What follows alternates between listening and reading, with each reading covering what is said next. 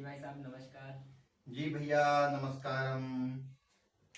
आज मैं ऐसा पूछना चाहता हूँ भाई साहब आपसे जी कि ऐसे कोई सी व्यक्ति की कहानी मुझे बताइए जिसका जीवन बहुत कष्ट में गया हो। जिसके जीवन में कष्ट रहा हो, भयंकर कष्ट आया हो, ऐसे व्यक्ति की कहानी। वास्तव में तुम जिस बात को पूछ रहे हो, ये बात पूर्व में भी किसी व्यक्ति ने पूछी थी। वो पूछा था धर्मराज युधिष्ठिर ने।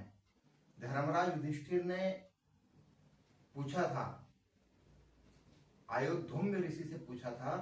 बोले, हे ऋषिवर, हे यज्ञकर्ता, हे यज्ञाचार्य, मैं ऐसा अभागा हूं जिसकी पत्नी जुए में हारी गई है, जिससे राज्य छीन लिया गया है, जिसको पग पग पर मारने की कोशिश हुई है।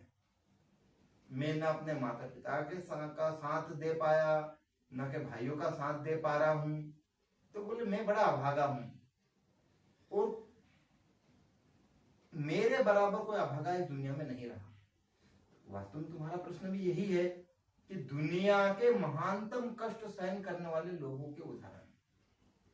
तो पूर्व काल में एक राजा हुए हैं जिनका नाम था राजा नल। राजा नल के जीवन में बहुत कष्ट आए, कष्ट नहीं बहुत ही अधिक कष्ट आए। राजा नल बहुत ही सत्संगी व्यक्ति, प्रतिदिन सत्संग करने वाला व्यक्ति, एक अच्छा श्रेष्ठ राजा। परंतु उनका जो छोटा भाई था वो बदमाश था। तो उसने उनको जुआ खेलने के लिए प्रेरित किया। बोले आओ मेरे साथ जुआ खेलो, धूत करो, धूत क्रीड़ा करते हैं। अब ये जब दाव पर दाव चले जाते हैं, एक दाव, दूसरा दाव, तीसरा दाव, चौथा दाव, तो कभी सेना हार गए, कभी राज्य कोष हार गए, कभी किसको हार गए। इस प्रकार से संपूर्ण राज्य उनसे छीन लिया। ऐसी अवस्था हो गई कि इनको पत्नी सहित आभूषण सहित उतार करके, आभूषण रहित होकर के जंगल की राह पकड़नी पड़ी। एक बात। फिर जब ये जंगल में जा रहे थे, तब अपनी जिनकी जो पत्नी थी, वो पत्नी इनको छोड़ नहीं रही थी। जब पत्नी छोड़ के चली जाए तब तो ठीक है, कष्ट कम ही होता है, क्योंकि चलो पत्नी छोड़ के चली गई, टेंशन खत्म। परंतु जो इनकी पत्नी थी जिसका नाम दयमंती था, तो दयमंती इनको छोड़कर नहीं जा रही थी। तो उसको छोड़ करके, उसको सोती हुई अवस्था में छोड़ करके जाना पड़ा। क्यों जाना पड़ा? क्योंकि इनकी आदत थी सुबह से 4 बजे उठ करके स्नान इत्यादि करके और फिर भजन उपासना करते थे। तो इस बार जब जुए में हार गए, जंगल में जा रहे हैं, एक नदी किनारे स्नान किया, तो स्नान करके आए, इतनी देर में इनके वस्त्र भी कौवे और पक्षी लेकर के चले गए, मतलब कपड़े भी नहीं बचे। अब चूंकि उस समय रात्रि काल था, तीसरा पहर था, तो इन्होंने अपनी सोती हुई पत्नी की आधी साड़ी, आधी धोती काट के, तलवार से काट करके लपेटी और उससे अपनी जो मान सम्मान बचे, और उसको उसी अवस्था में सोती हुई छोड़ करके ये चले गए। इनकी पत्नी ने इनको खूब ढूंढा, जंगल जंगल भटकी, और फिर लोगों ने उनको उसके पिता के घर पहुंचाया। पिता के घर पहुंचते समय भी मार्ग में कुछ दुष्ट लोग मिल गए। तो उन्होंने उसका मान हरण करने की कोशिश करी। दूसरी तरफ राजा नल थे। अब ये बहुत सज्जन प्रवृत्ति के लोग थे। तो उस समय एक सर्प मिल गया। सर्प ने बोले भैया भैया मुझे थोड़ा सा उठा करके पास में सूखी जगह पर रख दो, जंगल में आग लगी, मैं जल जाऊंगा पत्तों में, मैं हिल नहीं पा रहा हूँ। दया उसे उठा के रखा। बोले ऐसे ऐसे नहीं, आप कदम गिन के चलो। बोले तो इन्होंने कदम गिना, 1 2 3 4 5 6 7 8 9 और 10। 10 में उसने डस लिया है, 10 सर्पदंत लग गया। स्वरूप था पूरा खराब हो गया। नौकरी मांगना पड़ा, मतलब उस जमाने में नौकरी मांगना पड़ा इनको। एक राजा को नौकरी के लिए तरस खाना पड़ा, तरस तरस तरस जाना पड़ा। इनको नौकरी मिली काशी नरेश के यहाँ पर। अब काशी नरेश ने इनको रख तो लिया, रखने के बाद में इन्होंने जो इनके घोड़े थे उन घोड़ों की खूब अच्छी देखभाल करी, गायों की बहुत अच्छी देखभाल करी। तो गाय दूध अधिक कैसे दे इस विद्या में बड़े निपुण थे। घोड़े तेज किस प्रकार से चलते हैं उस विद्या में निपुण थे। अच्छा रथ कैसे बनाया जाए उस विद्या में भी निपुण थे। अच्छा कोई व्यक्ति अपनी पत्नी को एक बार छोड़ दे वहां तक ठीक है, पर जब उसके पुनर्विवाह की जब बात चले तो उसका बिल्कुल दिल पसीज जाता है। तो ऐसी अवस्था से इनको गुजरना पड़ा। और स्वयंवर में जाते जाते भी इनकी स्थान स्थान पर परीक्षा ली। तो स्थान स्थान पर परीक्षा ली, फिर भी अडिग रहे, धर्म पर अडिग रहे, धर्म को नहीं छोड़ा। तो आखिर क्या कारण है कि और कौन सा इन्होंने जो व्रत किया था कि बिल्कुल ये अपने जीवन में अडिग रहे। सामान्यतः व्यक्ति क्या होता है, थोड़े से पैसे आते हैं तो उसका उत्साह बढ़ जाता है, वो धरती पर पैर नहीं मुआते। उसके नियमित काम हो गए, उसका विवाह कार्यक्रम हो गया, उसके घर बच्चे हो गए, उसके सारे काम अच्छे हो रहे हैं तो बड़ा चकाचक रहता है। और थोड़ा सा कष्ट हुआ तो बहुत मायूस हो जाता है। तो इन कष्टों को यदि बचना है, इन कष्टों से यदि बचना है तो वास्तव में राजा नल की कहानी सुनना चाहिए। किसकी कहानी सुनना चाहिए? राजा नल की कहानी सुनना चाहिए। तो राजा नल की कहानी सुनने से क्या लाभ होता है?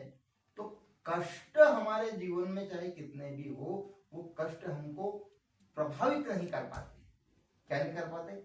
प्रभावित नहीं कर पाते। किसी के पास पैसे थोड़े से कम पड़ जाते हैं, भैया अभी मेरे पास मात्र 20 करोड़ रुपए बचे हैं, या पैसा कम पड़ गए, 1-2 लाख रुपए कम पड़ गए, तो बड़ा टेंशन हो जाता।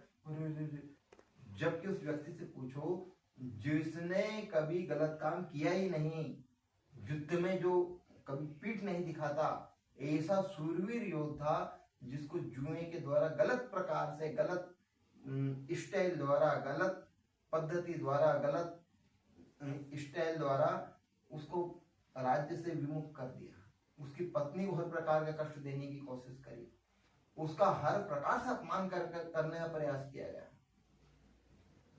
फिर भी वो अडिग रहा कि नहीं कुछ भी हो जाए, बाकी हमें अच्छे कार्यों को ही करना चाहिए।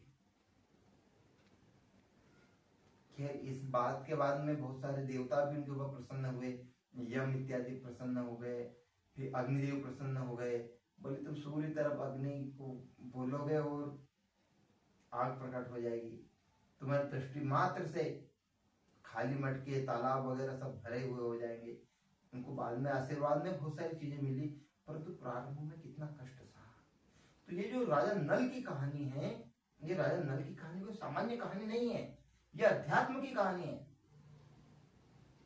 हम बहुत बार आलस कर जाते हैं मोबाइल देखते देखते, भैया हमारे स्वाध्याय का समय हो रहा है, हमारा प्रातः जागरण का समय हो रहा है, प्रातः स्मरण का समय हो रहा है, पूजा पाठ का समय हो रहा है, और हम मोबाइल में रील देखते जा रहे हैं, रील देखते जा रहे हैं, रील देखते जा रहे हैं, हम मोबाइल छोड़ ही नहीं रहे, दिन रात देख रहे हैं। तो हमारे मन में ऐसा रहता है कि कभी पूजा पाठ करते तो हाथ मुंह धोते नहीं है, आंख में कीचड़े लगे हुए हैं और हम पूजा पाठ करने बैठ जाते हैं। भगवान के पास ऐसे खाली वो व्यर्थ सीलक इत्यादि का ढेर लगा देते हैं, उनकी साफ सफाई पे कोई ध्यान देते नहीं है। तो क्या है, तो कुल मिला के बात यह है कि हमें हमारी आध्यात्मिक ऊर्जा बढ़ाने के लिए, सकारात्मक ऊर्जा बढ़ाने के लिए हमेशा प्रयासरत रहना चाहिए, ये भी उससे शिक्षा मिलती है। तो कोई व्यक्ति बोले कि मेरे जीवन में बहुत कष्ट है, तो आप उसको बेखटक होकर बोल सकते हो भाई तुम्हारे जीवन से अधिक कष्ट तो राजा युधिष्ठिर के जीवन में थे, जिन्होंने हमेशा सत्य का पालन किया फिर भी कष्ट में रहे। और राजा युधिष्ठिर ने जब कहा तो उनको बोला तुमसे ज्यादा कष्ट तो राजा नल थे, जो इतने भयंकर कष्ट में रहे। तो जीवन कष्ट में रहने से व्यक्ति के जीवन में निखार आता है। कष्ट को कष्ट मानना ही व्यक्ति छोड़ देता है। ठाकुर रामकृष्ण परमहंस के जीवन में क्या था? पैसे को हाथ लगाते ही नहीं थे, द्रव्य को छूते ही नहीं थे। स्वामी विवेकानंद ने परीक्षा लेने की कोशिश करी, कुछ सिक्के उनके तकिए के नीचे रख दिए, रात भर सोने से उनको इस प्रकार का एक घोगा जैसा उचक गया, जैसे क्या किसी ने वो लगाया हो, चाचुआ लगाया हो। बोले क्यों? बोले इसके नीचे देखो तो क्या है, देखो सिक्के थे। बोले ये इनके प्रभाव के कारण बोले मुझे ये पड़ गया, जबकि वो गादी के नीचे रखे थे, चुभने या ऐसा कोई सवाल ही नहीं। तो ये प्रभाव होता है जब हमारी साधना कितनी सिद्ध है। गायों को देख लिया उन्होंने, गाय चर रही थी तो घास के ऊपर उनके पैर से दबाया जा रहा था, तो उनकी पीठ के ऊपर निशान बने हुए थे। बोले इस चारे के द्वारा भी, चारे से भी एकात्म हो सकता है, पशु पक्षी से एकात्म हो सकता है व्यक्ति। तो ये जो है एकात्म होने की जो विद्या है, एकात्म होने की जो एक भाव है, यह भाव हमें राजा नल की कहानी को सुनने से मिलता है। यह आगे इसकी कहानी सुनाएंगे, इसकी पूरी कहानी क्रमबद्ध करके सुनाएंगे। तो यह है राजा नल की कहानी। राजा नल की कहानी मैं तो यूं कहता हूं महीने में एक बार सुन लेनी चाहिए। राजा नल की कहानी एक बार सुन लेना चाहिए। क्यों? क्योंकि उससे मन के अंदर के बहुत सारे जो भाव है, भाव स्पष्ट अवस्था में आ जाते हैं कि हम कुछ भी नहीं है, हमसे बड़े बड़े भी बहुत सारे लोग हुए।